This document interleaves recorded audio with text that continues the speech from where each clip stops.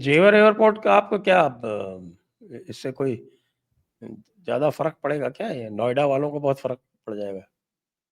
Sir मुझे एक नोएडा। तो ये लग रहा है कि इसके पीछे ना सबसे बड़ा जो फायदा होगा वो दिल्ली में जो जाम की समस्या है ना सर, वो हम्म। बहुत बहुत बहुत फर्क पड़ेगा इसका। क्योंकि क्या हो रहा है कि जेवर एयरपोर्ट और इंदिरा गांधी एयरपोर्ट, इनके बीच में गुड़गांव वाला जो ये आपका जयपुर वाला इधर वाला जो रूट है ना सर, इसका क्राउड बहुत ज्यादा है ट्रैफिक का। अब जयपुर वाला क्या हो रहा है कि जयपुर वाला जो ट्रैफिक आपकी तरफ इधर निकलता था जयपुर बॉम्बे वाला, वो क्या काम होगा, जो ये दिल्ली के चारों तरफ ईस्टर्न वेस्टर्न पेरीफेरल बना है ना, इस पे से ही कनेक्ट होके सीधा वो तो एक्सप्रेस वे पे निकलेगा। और इधर जो एयरपोर्ट की तरफ लोग भागते थे, इस साइड के लोग जो आते थे देहरादून से आ रहे या कहीं और से आ रहे, वो सब इधर यूपी साइड से इधर से आने वाले जितने भी लोग थे, वो अब जेवर एयरपोर्ट को अप्रोच करेंगे। तो इससे दिल्ली के अंदर से गुजर के जाने का झंझट खत्म हो जाएगा। एक तरफ इंदिरा गांधी एयरपोर्ट पड़ जाएगा एक सिरे पे, और ये तो इधर यूपी में पड़ी जाएगा जेवर एयरपोर्ट। फायदा तो होगा, अच्छा, लेकिन हिंडन भी इसमें चालू कर रखा है ना अभी तो। ईंधन भी चालू कर रखा है, लेकिन सर असली असली जेवर का फायदा होगा लॉजिस्टिक्स में। जो कार्गो का काम शुरू होगा ना सर इस पे, वो इस पे मेन रखा जाएगा। और कार्गो वालों के लिए तो बता रहे हैं कि एक ऐसी रोड बनाई है इन्होंने कि वो सीधे केवल कार्गो वालों के लिए है, उसमें कोई वैसी गाड़ी जाएगी नहीं। इस तरह का उसमें प्लानिंग है।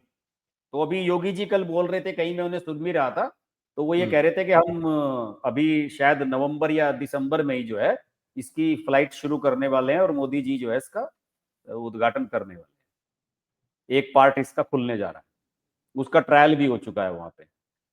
तो फायदा तो निश्चित वैसे रूप से होगा। योगी जी के जो लॉ एंड ऑर्डर को तो बहुत हाईलाइट किया जाता है, लेकिन योगी जी ने जो विकास के कार्य किए हैं उसको लोग इतना हाईलाइट करते नहीं। तो हाँ आप देखिए है कि उत्तर प्रदेश को उन्होंने रेवेन्यू सरप्लस स्टेट बना दिया है। ये कोई मजाक की बात नहीं है। बिल्कुल। और जिस तरह के जो विकास के कार्य किए हैं, जो एक्सप्रेस वेज बनाए हैं या जो एयरपोर्ट्स बनाए हैं, वो सारे डिफेंस काम ऐसे कॉरिडोर, हैं। जो डिफेंस डिफेंस कॉरिडोर कॉरिडोर बना है। बनाया है और इतना सारा इन्वेस्टमेंट अट्रैक्ट किया है। वह इन्वेस्टमेंट और लॉ एंड ऑर्डर का चोली दामन का साथ है। बिल्कुल जब बिल्कुल। तक आपका लॉ एंड ऑर्डर ठीक नहीं होगा तब तक इन्वेस्टमेंट नहीं आएगा। बिहार में आप कुछ भी करते रहो, नहीं आता इन्वेस्टमेंट। क्यों नहीं आता? इसीलिए नहीं आता। सर बंगाल में, अभी अभी छह बंगाल सात में साल कितना ही पहले कर लो। तक 6-7 साल पहले तक यूपी बिहार ही था सर दूसरा। आप याद कीजिए, आज तो लोग भूल हाँ, गए। अभी हाँ, हाँ। 2017 तक यहाँ बिहार जैसे ही हालत थे सर। बिजली बिजली ठप थी, किडनैपिंग होती थी, चेन स्नैचिंग होती थी महिलाओं की। शाम को 7 बजे से बाहर कोई निकलता नहीं था। गांव देहात में लोग अपनी बाइक से या गाड़ी से रात को जा नहीं सकते थे, कहीं भी नहर की पटरी पे आपको लूट लिया जाएगा। किडनैपिंग, आप ये बताइए पिछले योगी जी के टाइम में कोई एक बड़ी किडनैपिंग बताइए हुई हो? वरना हर साल होती थी कि साहब वो मेरठ का व्यापारी है, समाजवादी पार्टी से जुड़ा हुआ था, फलाना था, उनके लड़कों को उठा लिया। पता नहीं कितनी बड़ी घटनाएं होती थी सर। हर हर दूसरे तीसरे महीने इस तरह की बड़ी घटना हो जाती थी यूपी में। तो खनन माफिया और पता नहीं क्या क्या काम थे।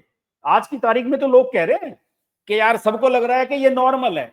लेकिन जिन जिन लोगों ने अभी 10 साल पहले की राजनीति देखी है, और जो वो दौर खास तौर से देखा कि एक बार मायावती एक बार मुलायम सिंह, जिन्होंने वो दौर देखा है, उनके लिए तो स्वर्ग हो रहा है इस समय। मैं बताता हूँ सर, अभी एक उदाहरण देता हूँ ताजा। एक मेरे जानने वाले हैं, उनका कॉस्मेटिक्स का कारोबार है। हम्म। वो क्या काम करते हैं, दिल्ली वगैरह से भी लेते हैं, और कुछ 4-5 आइटम टेलकम पाउडर और ये महिलाओं की बिंदी बिंदी बनाने का काम करते हैं। वो उनका अपना मैन्युफैक्चरिंग है। तो वो ये बता रहे थे मेरे से कि मैं झारखंड, बिहार, बंगाल सब जगह सप्लाई करता हूँ। यूपी में मुझे कहीं पेमेंट लेने जाना हो, कहीं भी जाना हो, मुझे डर नहीं लगता, मैं रात रात भर चला जाता हूँ। कहला मैं बंगाल वो बिहार नहीं जा वो बंगाल नहीं जाता हूँ मैं कभी भी। वहां के जो भी डिस्ट्रीब्यूटर है कुछ भी है, उनसे ऑनलाइन बात करी, भैया व्हाट्सएप पे अपने ऑर्डर भेज दो और कहीं कर दो। क्या लगे, हिम्मत नहीं होती वहां जाने की। तो फिर छोटा सा व्यापारी वहां 5-7-10 लाख वाला काम करने वाला नहीं जा पा रहा, तो बड़ा व्यापारी कैसे जाएगा? आपको याद है कि ये हुबली के पास जो है नवीन जिंदल की, जिंदल स्टील्स वालों की जमीन पड़ी हुई थी 50-60 बीघा। ये बात है कभी जब ये कम्युनिस्टों की सरकार थी, तो नवीन जिंदल का प्लान था कि वहां पे हम जिंदल स्टील का प्लांट लगाएंगे। हम्म। ममता की सरकार आई, जमीन वापस दे दी उसने 5 साल बाद। ममता बनर्जी ने जिंदल को बुला के, नवीन जिंदल को पूछा था, ये अभी 2021 के चुनाव के आसपास की बता रहा हूं आपको बात।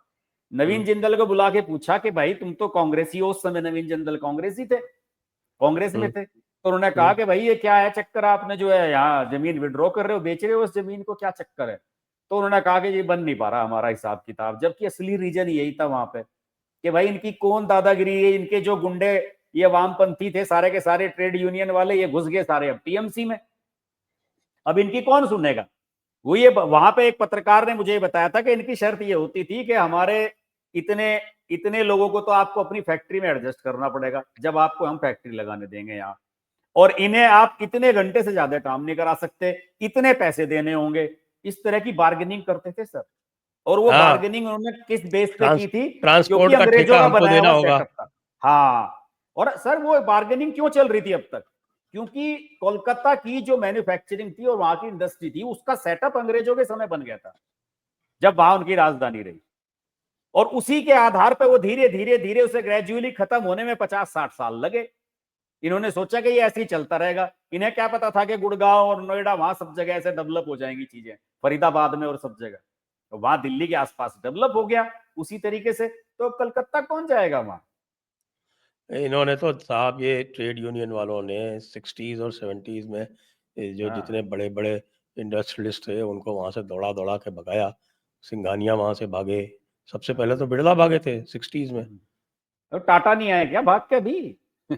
टाटा वहां गए लगाने, नैनो का। उनके साथ क्या किया, तो टाटा ने हमेशा के लिए बाय बाय कर दिया। तो हाँ, टाटा, बिरला, सिंघानिया जितने बड़े बड़े थे सब छोड़ छोड़ सर के यहाँ पे आरपीजी, बॉम्बे चले गए, दिल्ली आ गए।